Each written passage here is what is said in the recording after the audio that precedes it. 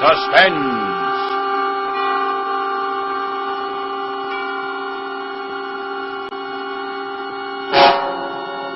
Radio's outstanding theater of thrills brings you an hour of suspense. A full 60 minutes of The Lodger.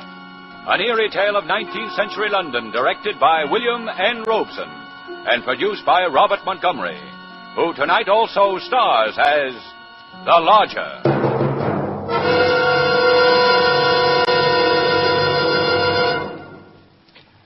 This is Robert Montgomery, with a few words about a city.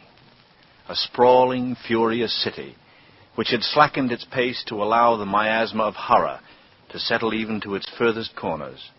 I say horror, but there was a fascination, too, for there is always a fascination where there is violent death. The city, it was London, and the year was 1888, a London terrorized by the fifth in a succession of horrible murders. Such is the very real setting for The Lodger, for Mrs. Belloc Lowndes' novel is based on fact. It was almost certain that these deeds were the work of one person, for this meager identity was established by the victims themselves. They were all young, all attractive women. It was the killer, still at large, who absorbed the imagination of the great city, the killer who had taken special pains to make it clear that some obscure and terrible lust for vengeance possessed him. And because of him, laughter was forced, conversations waned, and there were silences where there should have been good talk between neighbors. Only in homes, doors bolted and blinds drawn, was the talk easy, as, for example, in the home of Ellen Bunting. In particular, Ellen Bunting. Ellen was no different from all the middle-aged housewives dwelling in London's squalid Whitechapel district. Her home was a small segment plastered into a block-long tenement in Marylebone Road. Ellen read the newspapers as avidly as she said her prayers, so she knew all the facts of the case. And she knew it was quite proper to refer to the wielder of the knife as the Avenger.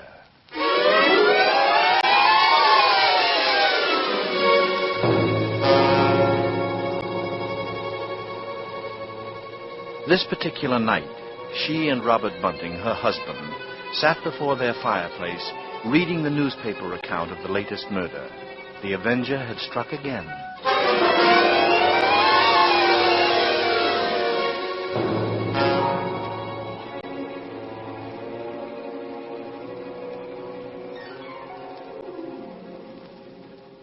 Why, he might be anybody. He might be the fellow you pass on the street. The one standing next to you. The man you bump into. Oh, it's a terrible thought. Yes. If only the police had something to go on. But the Avenger's just too quick for them. Well, they do say here, Bunting, that the police have a clue they won't say anything about. Them who says that says wrong. The poor chap who was on point duty in the street where the last one happened, he hears a yell, he says, but he took no notice. The coppers left to stick to it better than that to catch a slick one like the Avenger. It says here he left his calling card again. A bit of grey paper on which the monster writes his name.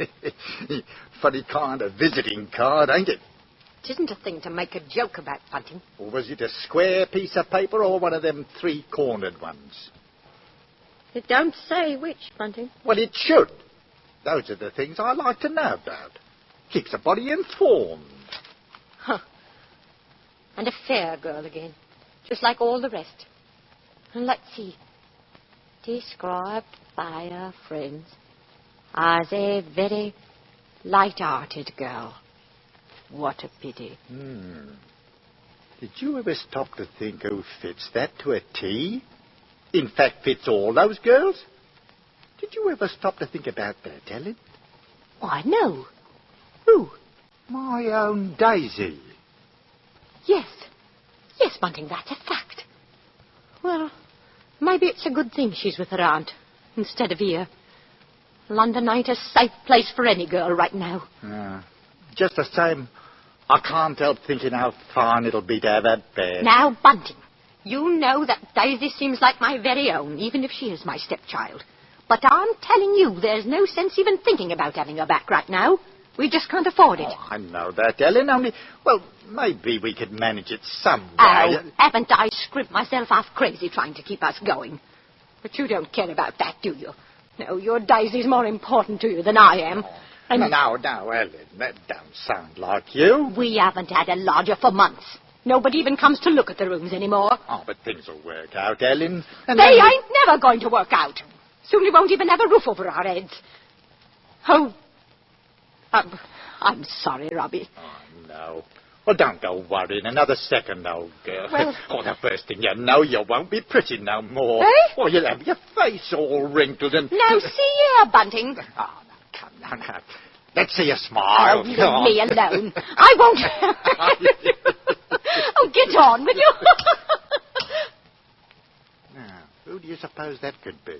It's awfully late for visitors. Bunting, do you think it could be somebody looking for rooms? Why, it just might be. You want me to go to the door? No, I go. Mike, like as not, it's Mrs. Spain wanting to loan you something or other. Now, you be sure and get a good look before you let anybody in, dear. I'm coming. Yes, sir? Is it not true that you let lodgings? Yes, sir. Won't you come in, sir? Thank you. Could I take your cape, sir? Thank you. However, there's no need. I am looking for rooms. Quiet rooms.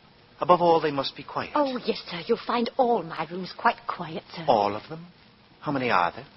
Well, just now I have 4 left. The house is empty, save for my husband and me, sir. Oh, that sounds very suitable. You'll pardon me, sir, but the door... I am happy that you closed the door, madam. It's not safe to leave one open in London these days. That is a thing you should remember. It would be so easy for anyone to slip in. I assure you, sir, you needn't be afraid of that. Now, your bag. May I take No. it? No, I'll hold it. If you'll be so good as to show me the rooms. Oh, yes. Yes, sir. They're right up these stairs, sir. Thank you. This way. Thank you. You see, sir, there's just my husband and me here, and we're ever so quiet. And I'm sure you'll find these rooms to your liking, sir. Here we are. Now, I'll just light the gas. There. Ah. It's very good. It is pleasant, isn't it, sir? Capital, capital. First rate, quite first rate. Exactly what I wanted. You must understand, madam, that I am a man of science, and I often require the presence of great heat. This seems like a capital stove. Oh, it is, sir. And this sink. It will be exceedingly useful to me. Exceedingly. And these pictures, sir. There's not many rooms with such pretty pictures, are there now? The 3 Graces. They've been in the family for years, sir. Yes. I'm tired. Tired, very, very tired. Indeed, sir. Then you mean to take my rooms? Where's my bag? Surely I had a bag when I came in. It's over there, sir. By the door where you put it when we came into the room. Oh, yes, I beg your pardon, madam. But there is something in that bag which is very precious to me, something I procured with infinite difficulty, and which I could never come by again without getting into great danger. I'm sure of it, sir. Now about the room. Oh, yes. I'll take them. The very simplicity, the bareness of them impresses me. And about terms, sir. About terms. My name is Sleuth, madam. Sleuth. Think of a hound and you will never forget my name. And assure yourself that I am quite willing to pay you. I am quite willing to pay you, shall we say, a month's rent in advance. What would you say to 15 shillings a week, sir? And if I offered you £2, might I then rely on your not taking another lodger? Oh, yes, sir. First rate. Then everything seems quite suitable, Mrs. Bunting, sir. Mrs. Bunting. You see, I expect to do a great deal of studying here in this room. The Holy Bible. Oh, yes, sir. And please, sir, let me help you with your luggage. No, don't touch it. But, sir, I only wish to... Of course, Mrs. Bunting. You only wish to help. You must forgive me. It's just that I am so very weary. Oh, I'm sorry, sir. He bringeth them to their desired haven. Beautiful words, Mrs. Bunting. Indeed they are, sir. And now at last, I've found my haven of rest. I'll be going now, sir. Is there anything else? Oh, yes, of course. Of course there is. Your money, Mrs. Bunting. Now, let's see. Here's 5, 6, 7, 8 pounds. There. Thank you, sir. And would you wish supper now? Tea? Nothing, thank you, nothing. Good night, sir. Good night, Mrs. Bunting. You have... Stop it! You were humming a song. Oh, but I... Music, Mrs. Bunting, save that expressing the majesty of God is an accompaniment for irreverent gaiety and an instrument of sin. It bespeaks of obscene gods in revelry. It is the tongue of the devil mocking the saints. It... Yes, sir. And you assured me your dwelling was quiet. But it is, sir. Believe me, sir, I didn't mean any harm. Believe me, sir. Of course. I am sorry, Mrs. Bunting. I fear I spoke sharply. I don't wish you to think me rude. After all, you have been so very kind, so considerate. Oh, well, I hope I know a gentleman when I see one. Thank you. Thank you very much. And on second thought, Mrs. Bunting, perhaps a bit of bread and butter would be pleasant. Bread and butter. Certainly, sir. I'll have it in an instant.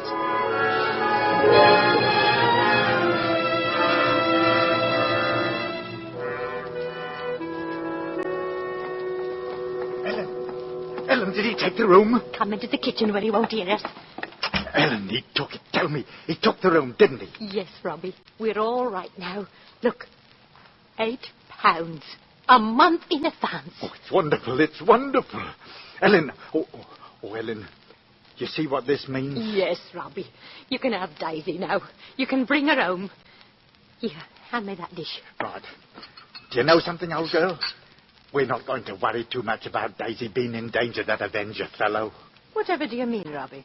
Well, she's not one for dancing, you know, or any kind of light entertainment. And what's that to do with it, please? Something I read here in the paper while you was with the gentleman. They found out that every one of the Avengers' victims had just come from a dancing party or a music hall. Oh, never mind the Avenger now, Bunting. Here, hurry. Take this bread and butter up to the lodger.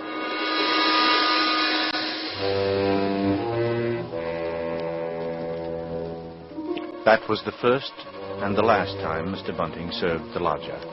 The man who called himself Sleuth made it at once clear that he preferred to be waited on only by one person, and that person his landlady. He gave her very little trouble. His oddities were something to occupy her mind. They amused her. And Mr. Sleuth had none of those tiresome, disagreeable ways with which landladies are only too familiar. To take but one point, Mr. Sleuth did not ask to be called unduly early. It was a great comfort not to have to turn out to make the lodger a cup of tea at 7, or even 7:30. Mr. Sleuth seldom required anything before 11.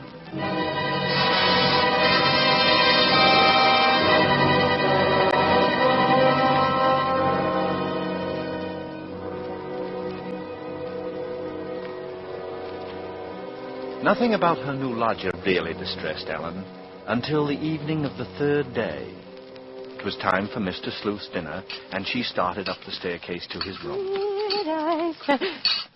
Oh. She had cast down many wounded from her. Yea, many strong men had been slain by her.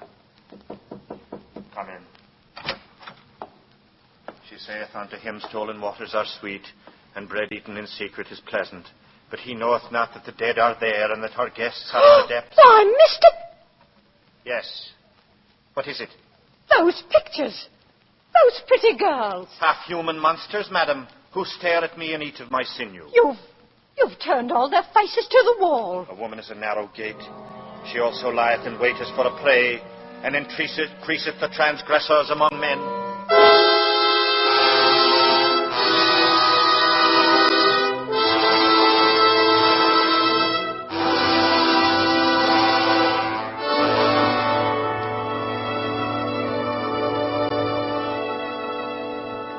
And that maneuver, that strange action, was the beginning of Ellen's concern. Logically, it was nothing. Mr. Sleuth simply had a queer kind of fear and dislike of women. And where one's lodger is concerned, a dislike of women is better than, well, the other kind. Besides, the next morning brought Daisy and laughing welcomes, for the sight of such a carefree girl was enough to gladden any parent's heart, and half-born suspicions withdrew into their own peculiar recesses of Ellen's brain. For Daisy was pink-cheeked, blue-eyed, and gay. She was also young and lovely, and she was blonde. Oh, it's so good to be home. Oh, Daisy, you're even prettier than I remembered you would be. That's right, Daisy. Let me look at you, darling. Did you have a nice time at your auntie's? Oh, yes, but I'm glad you wrote me to come back. That old aunt's has nothing to do. There's nothing exciting to do. And Joe will be coming around to see you now, Daisy. I told him you was coming home today. Joe Chandler? That policeman? I don't know whether I want to be serious friends with a policeman. Him that walks around all day and's too tired when he comes home to have any fun. A girl could do worse than have a policeman for a friend these days, with the Avenger about. Well, the Avenger don't worry me none. Even though he's got 2 more victims last night. 2 more? Yes, the cabbie was telling me about it. On the way down from the station. Oh, the slick devil. Got 'em within a few yards of each other. He's got a nerve. Daisy, you talk like you've been taken in by him. Oh, Mother. Oh, that'll be Joe, I'm thinking. I'll go, Father. Daisy. Hello, Joe. It's nice to see you. Oh, Daisy, I've missed you something terrible. It's nice of you to say so. Won't you come in? Thank you. Good afternoon, Mrs. Bunting. Mr. Bunting. Hello, Joe. Daisy was just telling us she heard from a cabby that the Avenger struck again. Aye, that he has. Well, tell us about it, Joe. Have they got any clues? Well, they have and they haven't. But the Yard is circulating a description at last. Well, go on, tell us, Joe. Well, it ain't given out to the public yet. But I guess you folks aren't the public. Oh, no, of course not. Tell us, Joe. Well, this is the way we got it at 8 o'clock this morning. Wanted. A man of age approximately 28, height 5 feet 8 inches, complexion dark, no beard or whiskers, wearing a black diagonal coat, hard felt hat, high white collar and tie, very respectable appearance. What I likes to know is why on earth didn't the people who saw him try and catch him? Well, it's this way, Daisy. No one person did see all that. You see, at such time when the murders took place, not much of anybody was about, especially on a foggy night. One woman declares that she saw a chap walking away from the spot where it's done, and another one says the Avenger passed her by. And, well, the inspector who has charge of that sort of thing looked up what other people said, and, well, that's how he made up this wanted. Well, did they find the murder weapon yet? No, but from the condition of the bodies, they know what it's like. What is the condition of the body? Daisy. Well, Daisy, you ought to see the way Joe! I guess I'd better not go into that. But I can say that the inspector described the murder weapon as a peculiar kind of knife. Keen as a razor and pointed as a dagger. And the Avenger knows how to use it. Oh, I'd give anything, Joe. I'd give anything to see the likes of a knife like that. you cruel, bloodthirsty girl. Ellen. Of course I'd like to see it. It'd be fine looking at a knife like that. Well, if they catches him and you come along with me to see our Black Museum at the Yard, you'll certainly see the knife. The Black Museum?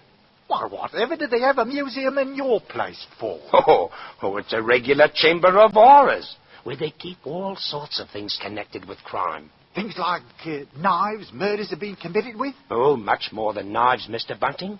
Why, they've got there in little bottles the real poison what people have been done away with. And can you go there whenever you like? Why, of course. And I can take you, too. And your daddy, if he wants it. Well, what do you say to today, Joe? The 3 of us. Daisy and you and me. I don't expect Ellen would want to go. 'Twould turn me sick.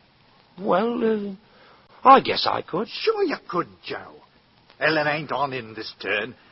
She can just stay home and mind the cat. I beg his pardon. I mean the lodger. I won't have Mr. Sleuth laughed at. I'm sure it's very kind of you, Joe, to think of giving Bunting and Daisy such a rare treat.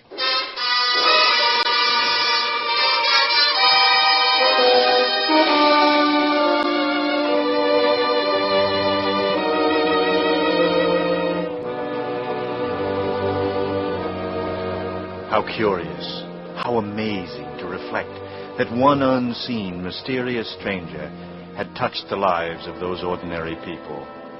Ellen and Bunting and Joe and Daisy. Here in this drab neighborhood, on that bitterly cold, dreary day, here they had all been, thinking of, talking of, evoking one unknown, mysterious personality, that of the shadowy and yet terribly real human being who chose to call himself the Avenger. And the effect was a very real one, a sort of witchery. The very name Avenger seduced common sense, and somehow even Mrs. Bunting realized the irony of her presence among such talk. While this thought threaded vaguely through her mind, she took her tea, doing everything as was her way, with a certain delicate and clean precision.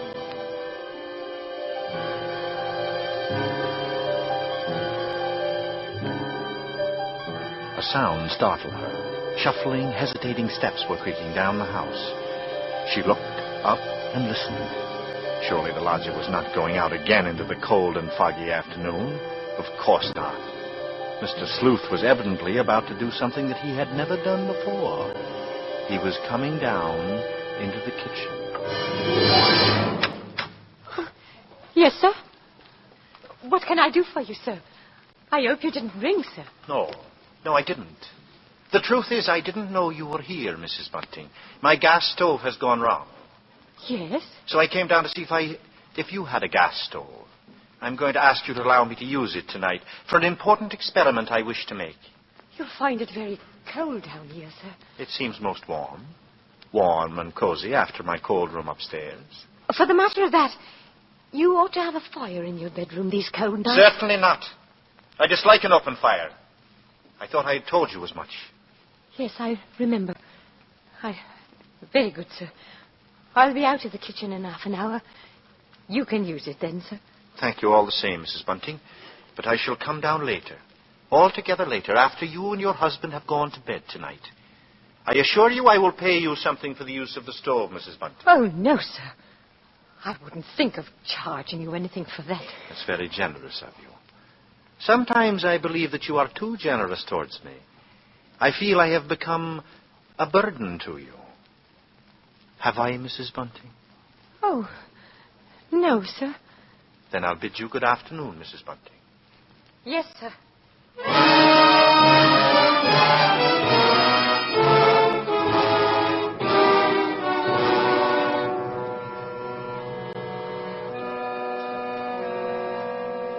It was as simple as that. A simple request by her lodger. But another part of Ellen's mind seemed to be working independently of requests, asking her insistent questions. The house seemed to her alive with alien presences, and she would catch herself listening, which was absurd, for of course she could not hope to hear what Mr. Sleuth was doing 2 flights upstairs. She wondered briefly in what the lodger's experiments consisted. It was odd that she had never been able to discover what it was he really did with that gas stove. All she knew was that he used a very high degree of heat.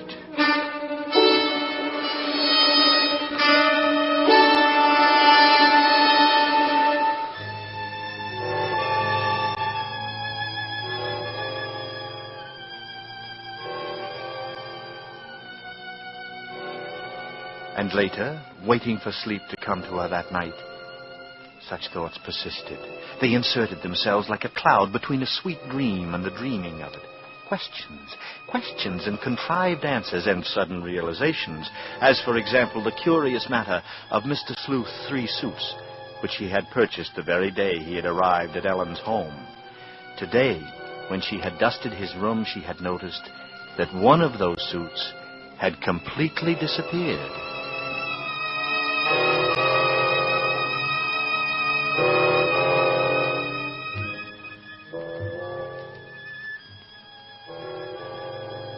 It was intensely dark, intensely quiet, the darkest, quietest hour of the night, when Mrs. Bunting was awakened by sounds at once unexpected and familiar. Her sleep had been restless with constant disturbing images, and so when she heard the first stealthy footsteps outside her bedroom, she was fully conscious. Tensely, she followed those steps down the stairs, down the hallway. She heard the front door open and then click shut. Utter stillness fell upon the house. And outside, the streets were so silent she could hear distinctly the clock from a church tower a mile away toll the hour.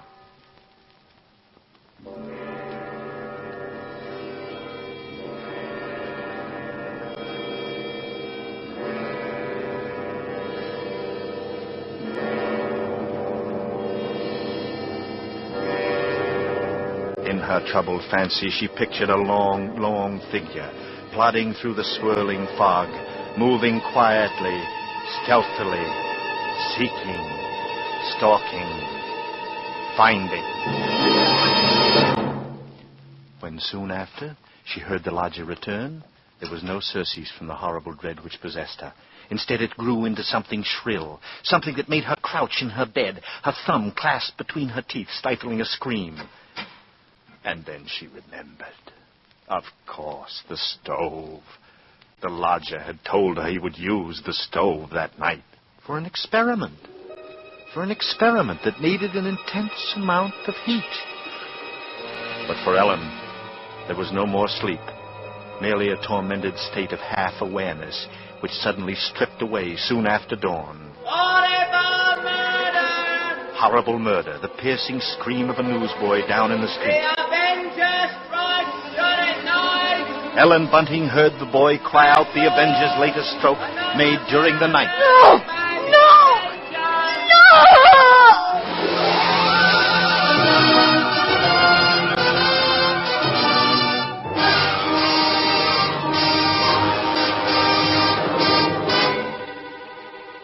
In tonight's full hour of suspense, Mr. Robert Montgomery appears in the title role as the Lodger.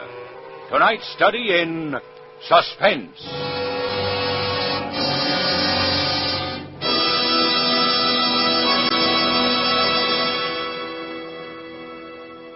In just a moment, we will return with Act Two of Suspense. This is CBS, the Columbia Broadcasting System.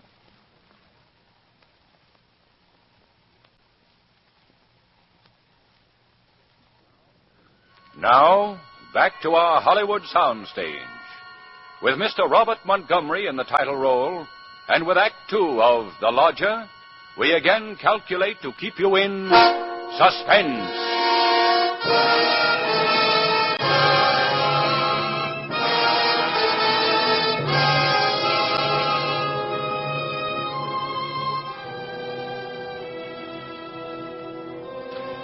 When Mrs. Bunting went down to her kitchen that morning, everything looked just as she had left it, except that the cavernous whitewashed room seemed to be filled with an acrid kind of fog and the smell of burned cloth. She twisted a newspaper, lighted it, then stooped and flung open the door of her gas stove.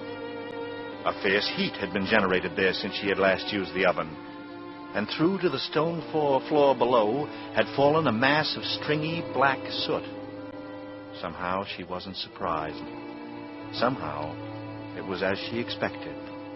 Yet her first glimpse that morning of the gray-faced lodger all but banished her sleepless night's terror. Mr. Sleuth looked lonely, very, very lonely and forlorn. There was a kind of pitiable, helpless weariness in his eyes. She found she was hoping desperately that her unspoken fears were unfounded, and she knew that she must be certain before she voiced her fears to a soul. And there was one thing she could do. Examine the lodger's single piece of luggage. What could it hold? Not much in the way of clothing, surely. It was too small, too narrow. It was more like a case for a knife.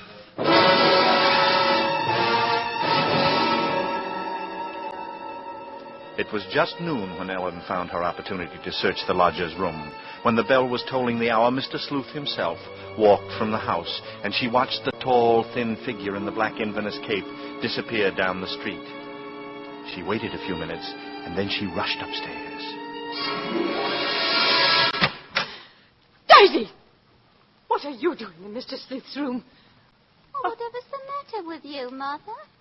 Oh, well, I'm all right. But you've gone white. You gave me a fright, child. I'll bet Father a sixpence that I'd have a dust cloth in my hand before you'd mention it. You see, I won. Oh. Well, are you glad you've come home, Daisy? Oh, you don't know how fine it is to be back again.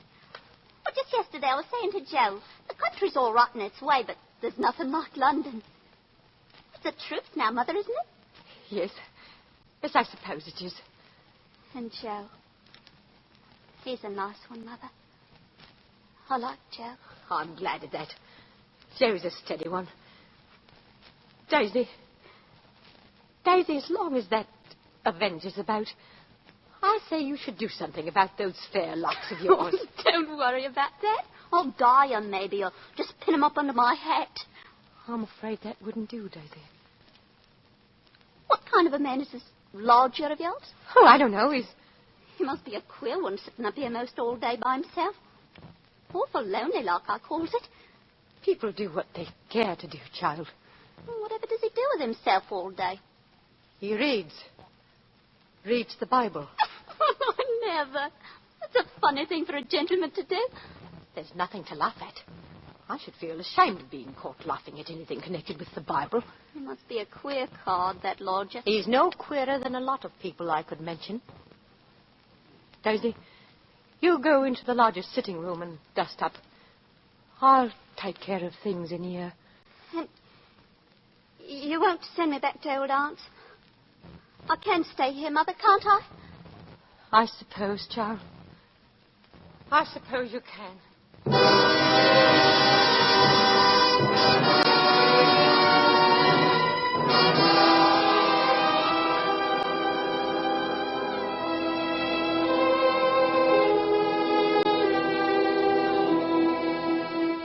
And Mrs. Bunting went about her work. Quickly she moved to the closet. The contents were a bit different from the last time. Another one of her lodger's new suits had disappeared, but somehow she expected that, too. It fitted with the smell of burned cloth she'd noticed that morning in the kitchen. But she found nothing under the bed. She went then to the chest of drawers against the wall. She opened the top drawer and found inside nothing but a frayed shirt and 2 handkerchiefs. The next drawer, underclothes and socks. The next, empty. There remained, then, only one possible place for the small, narrow bag, the bottom drawer. And it was locked. Tugging at the drawer, she heard suddenly the opening of the door behind her. Oh! Panic-stricken, she froze to the spot, and then slowly, ever so slowly, she turned her head. Mr. Sleuth. Mrs. Bunting? You've invaded my privacy. Why, I was just... My cupboard door is awry. Does this mean that you have been searching my rooms? It's about her snuff box, sir. My husband, Bunting, that is, remembered an old snuff box. He thought still might... Does this mean that I must keep each drawer locked to prevent your spying upon me? Oh, no, sir. You see, sir, Bunting has a very high opinion of that snuff box. Oh. Quickly, tell me, who is this? This is my stepdaughter, sir. Daisy. She just arrived yesterday, sir. You see... Pleased to meet you, sir. She's been away for quite a long while, sir. We really didn't know when she was returning home, Mr. Sleuth. That's why I didn't mention Daisy when you took the rooms. And I must say, sir, I was surprised to hear about us taking in a lodger. And pleased about it, too, sir. Yes.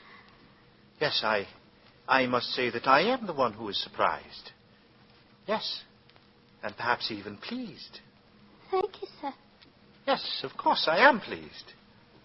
There are, Miss Daisy, all kinds of pleasures, are there not? Yes. I'm sure there are. The despicable evil joy of the abandoned. Those who seek the darkness to sip the juice of forbidden fruit. Surely, Miss Daisy, you shun such pleasure as that. Well, yes. That is, I suppose. A vast difference, that, from the divine happiness of the blessed. Those of clean hands and pure heart. You do understand me, don't you?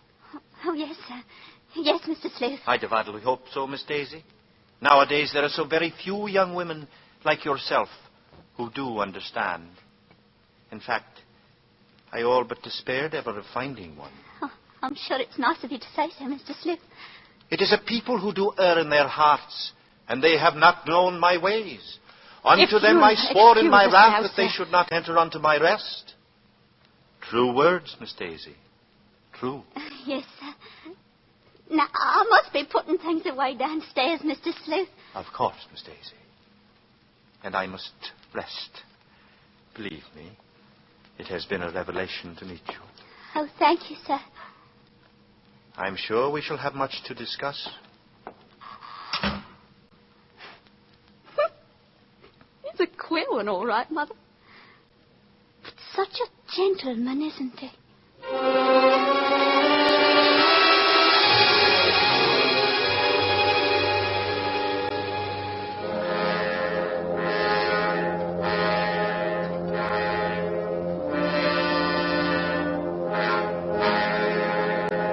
At that moment, Ellen had been determined to pour out her terrible knowledge. But the moment was fleeting, and Ellen's resolve fled with it.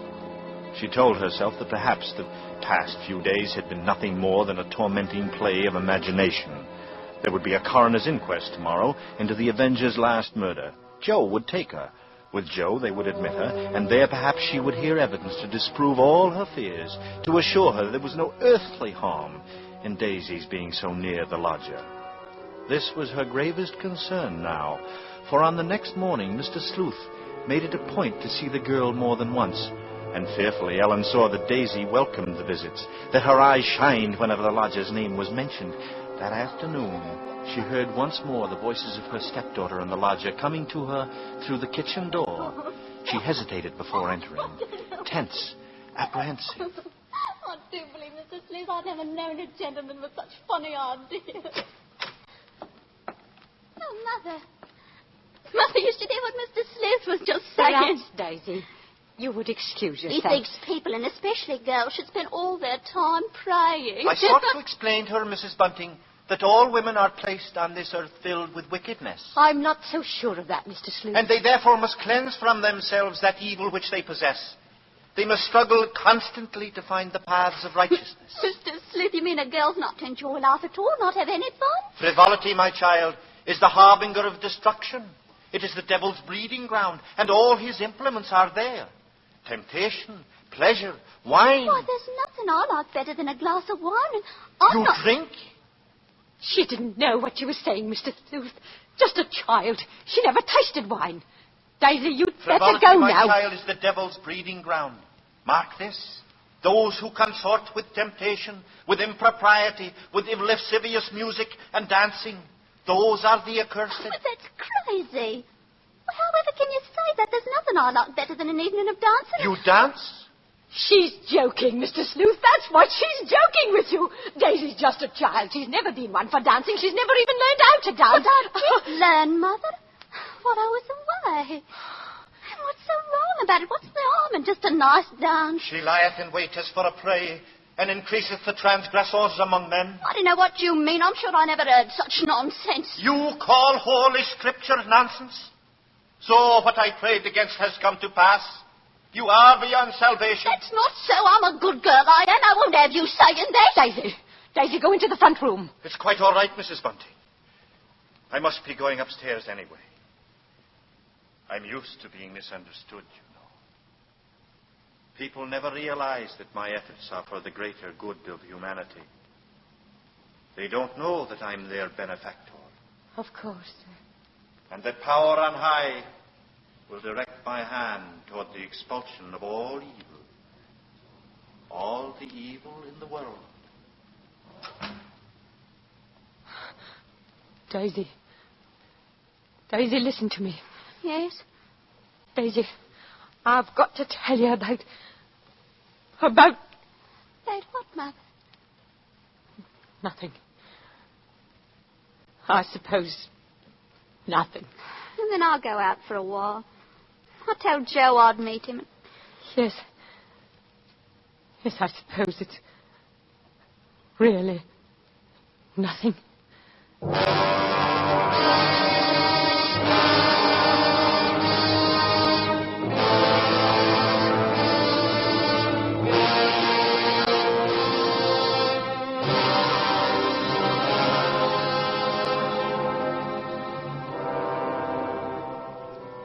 But there was something.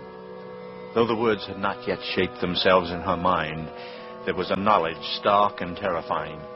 It was as if a grinning face were leaning toward her, whispering, and a hand at her back, thrusting her forward. Ellen ran up the steps. She had to know, and who but the lodger could tell her?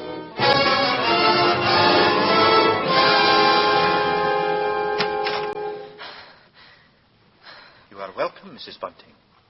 But I believe propriety dictates that you knock. Mr. Sleuth. Yes? It's about Daisy, sir. She is a great disappointment to me, madam. And I suppose to you. Yes, that must be it. You want me to help her seek salvation. You want me to kneel with her... Oh, no! No, sir. It isn't that at all. Well, then what is it, madam? Come, I was preparing myself for a walk. It's a fine dark day for a walk. But surely you wouldn't go out now. It isn't fit for anyone to be out in that fog. You must be jesting, Mrs. Bunting. From this window I saw Miss Daisy go into the street not 5 minutes ago. A very sweet-looking young girl, Miss Daisy. A pity she has estranged herself from innocence. You don't know what you're saying, Mr. Sleuth. Come to the window, Miss Bunting. Listen. How very quiet and still London is in the fog. Not a sound. Yes. It's very quiet today. Too quiet, I'm thinking. Quite natural-like. And I, for one, have a delicate feeling for nature. So now, Mrs. Bunting, if you'll excuse me, But aren't you afraid, Mr. Sleuth? Aren't you afraid of going outside? Afraid? Afraid of what? I was thinking of the police. The police? But what is man? What is man's puny power and his strength when set against that of the highest power? So Ellen had tried, and she had failed. But even then she had had her moment of triumph. Looking out of the window, she had seen Daisy, arm in arm with Joe Chandler, and smiling up into his face. She was relieved when the lodger left the house. She needed this time for thinking. And now she knew what she must do. In an hour or so, Daisy would be coming home with Joe, and then she would ask him to take her to the coroner's inquest. She must give the lodger that last benefit of doubt. And if that should fail, then she would tell Bunting, or go to the police. And in an hour, as she expected. Oh. It's me, Mrs. Bunting. I've come to see you about something. Mind if I come in? Yes, come in, Joe. But where's Daisy? That's what I come to see you about, Mrs. Bunting. About Daisy. You see... Where is she, Joe? What's happened? Well, you see, we were walking, and Miss Daisy asked to be by herself for a while for the reason that... No! Now, don't take on, Mrs. Bunting. What? I don't think what I've got to say can take you by surprise. From the look or two you've been casting me lately. Why, Joe, whatever are you talking about? Well, like I say, Mrs. Bunting, it's your daughter. It's Daisy. I want her hand. I want to marry her. Mr. Bunting now said if it's all right with you, it's all right with him. Then Daisy's all right. Nothing's happened to my Daisy. Well, of course she's all right. She told me she wanted to do some thinking about me, and she didn't want me around while she'd done it. Oh. I left her with her daddy just a minute ago at the corner pub. Well, as far as I'm concerned, you have my blessing, Joe. Oh, that's mighty fine, Mrs. Bunting. And, Joe, I want you to do something for me. Of course I will. Just ask me, Mrs. Bunting. Joe, I want to go to the coroner's inquest tomorrow. Coroner? But why? I've got a reason for wanting to go there. I want you to take me, Joe. Well, I guess I could. Why, sure. Of course I'll take you, Mrs. Bunting. I'd be proud to take my future more any place she says.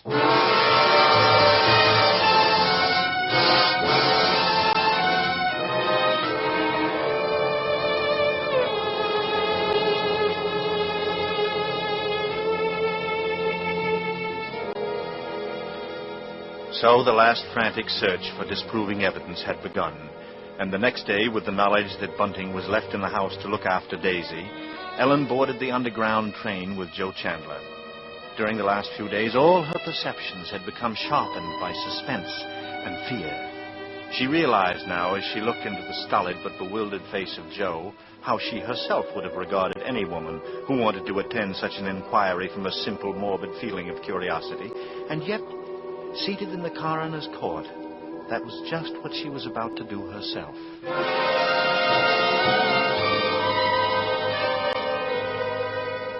Ellen, seated near the rear of the room, listened to each of the witnesses, and from them she found none of the hope she had come for none of them had seen the Avenger or knew what he looked like.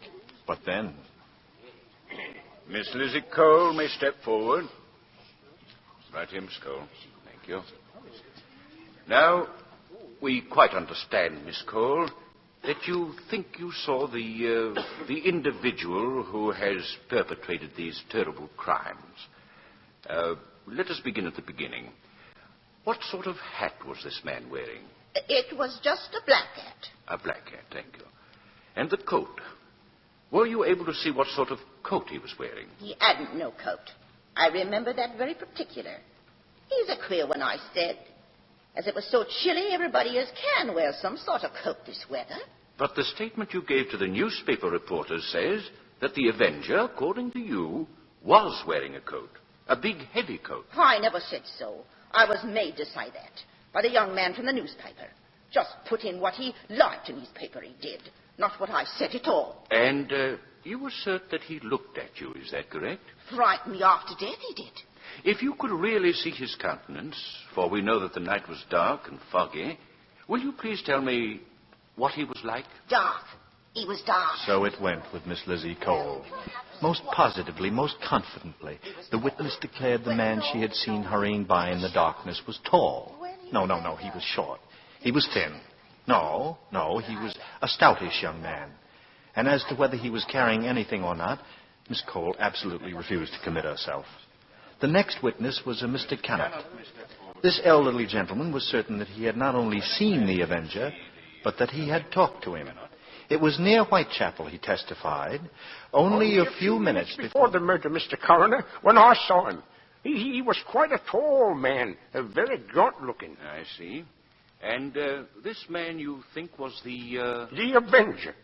You're quite certain that you met him on the very night he committed the murder we are now investigating? I do so declare, sir. And I might mention a thing about him to which you might attach importance. The man carried a bag, a rather light-colored leather handbag. A handbag, you say? Yes, sir. A small, narrow one, sir. It was such a bag as might contain a long-handled knife. A knife! What? Please, we must have quiet. Quiet. Now, Mr. Cannott, what made you suppose that this stranger could possibly be the Avenger? Well, this man, as he approached me in the fog, stopped and turned to me. And there was a very wild, mad look on his face, sir, if I may say so. And he spoke to you?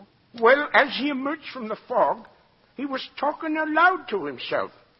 Then, as he saw me, he said, "This night, my friend, a night fit for the commission of dark and salutary deeds." Yes, sir, that's exactly what he said, sir. Is that all? He had a rather high, hesitating voice. An educated man, I would judge, but quite mad, as I told you, sir. What do you mean by that? Well, as he passed by then, he continued speaking to himself aloud. Oh, believe me, sir, believe me, he was reciting scriptures from the Bible. Scriptures from the Bible? Horrified, Helen half rose from her seat, only half hearing the confusion about her.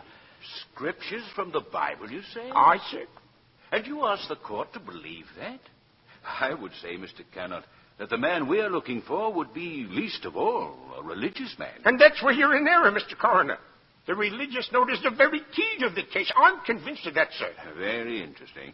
And now, if you please, you may stand down, Mr. Cannott. Just a moment, sir, just a moment. You must understand, sir. The man you're looking for must be a religious maniac. That is the only possible explanation. And you must understand, sir, time is going on.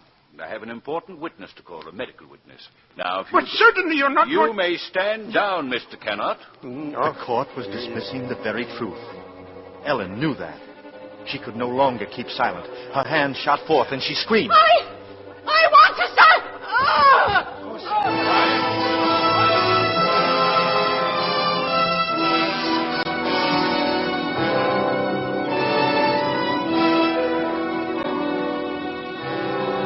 On the verge of speaking, she had fainted. And then when Ellen was revived a few minutes later, she said nothing. Her brain was in too great a turmoil, her nerves too shocked. Like one in a dream, she allowed herself to be led by Joe Chandler from the courtroom.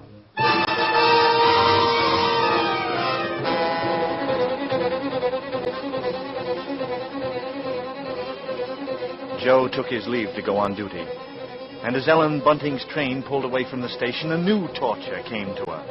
Forming in her mind was the awareness that if Sleuth were the murderer, she was equally responsible for his crimes. She had been giving him protection. If anything should happen to Daisy, she would be equally guilty. Fully as guilty as the Avenger.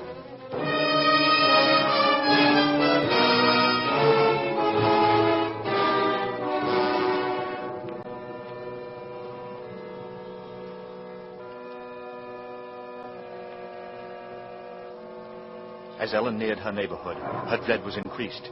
With each moving footstep, with each heavier boom of thunder from the rainstorm that was almost here, the grip of terror grew tighter and tighter about her. She moved faster and faster. If only she were in time. The first light drops of rain sprinkled her brow as she turned into Maribon Road. Then she saw Bunting walking toward her. Sharply, like the dart of a knife blade, the one fact pierced her mind. Daisy was now alone with the lodger.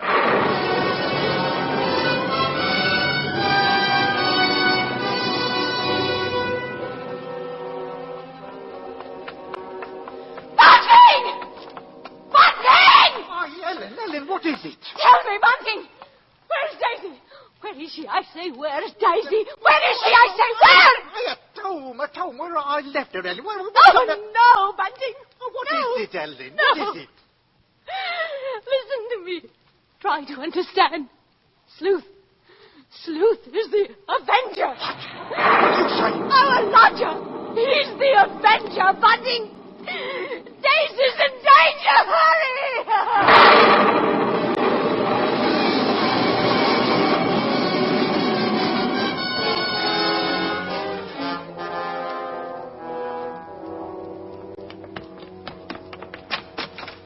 Daisy! Where are you? I'll look in the kitchen, Bunting. You try the sitting room. Daisy? Where are you, Daisy? Answer me, Daisy! Try the bedroom. Oh, Daisy's not there. She's not downstairs.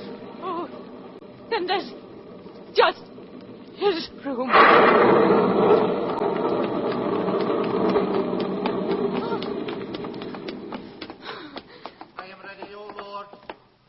Smite thine enemy, for man born of woman is born unto trouble, and I shall cleanse thy kingdom on earth.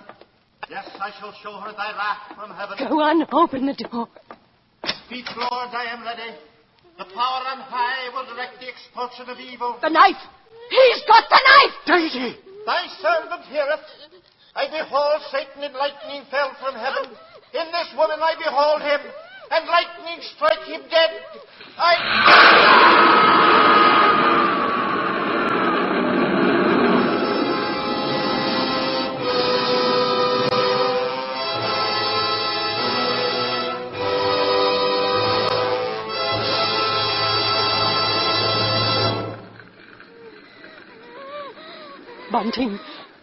Bunting, is she all right? Yes. Take her out, Ellen. No, Bunting, you can't stop the fire. We must save ourselves. Come away, Daisy. He's dead, child. He's dead. Aye, he's dead.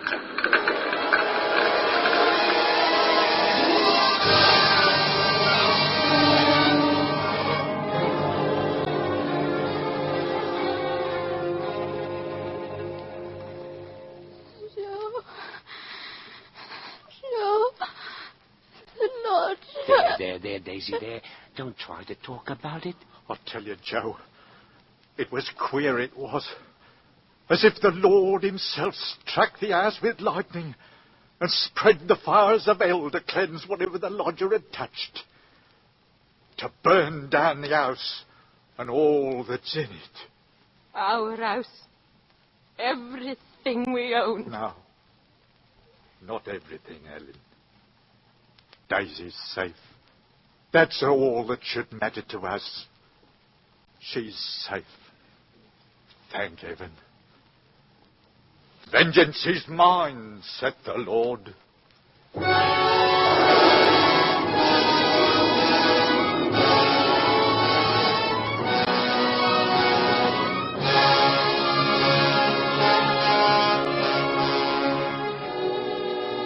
Death by act of God. Thus the final entry in Scotland Yard's record of the famous Avenger case. Yes, the day which brought an end to Mrs. Bunting's lodger brought also an end to the knife slayings which had terrorized London. But curiously enough, there were those at Scotland Yard who were never quite sure that the charred remains of a man they removed from the ashes of the Bunting home were indeed those of the Avenger, any more than Mrs. Belloc Lowndes, who novelized the case, was ever quite convinced. And there are those who will tell you that the real Avenger, a tall man, clad in an Inverness cape, a man almost exactly like Mr. Sleuth, left England and came to America to live in a town near your town. He would be quite old now, but it may be true.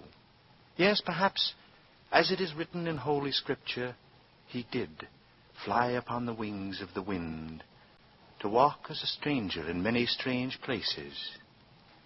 He knoweth now that the dead are there. Hast found me, O mine enemy? Beautiful words those, don't you think? Beautiful words.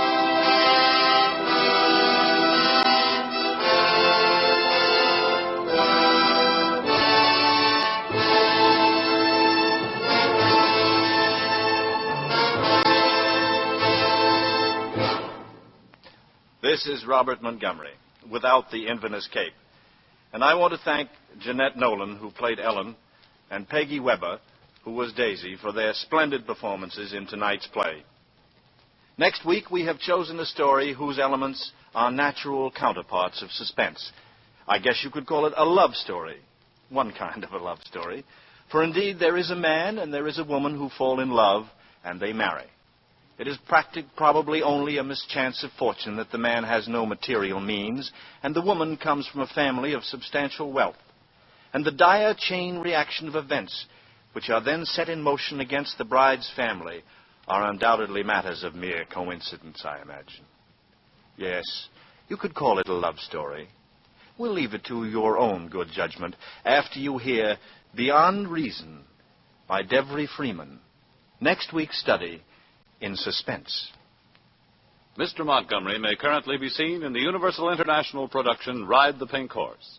The Lodger was adapted for Suspense by Robert Tolman and directed by William N. Robeson. Lud Gluskin is our musical director and conductor, and Lucien Morawek composes the original scores. Next week, hear Beyond Reason on radio's outstanding theater of thrills, 1 hour of Suspense.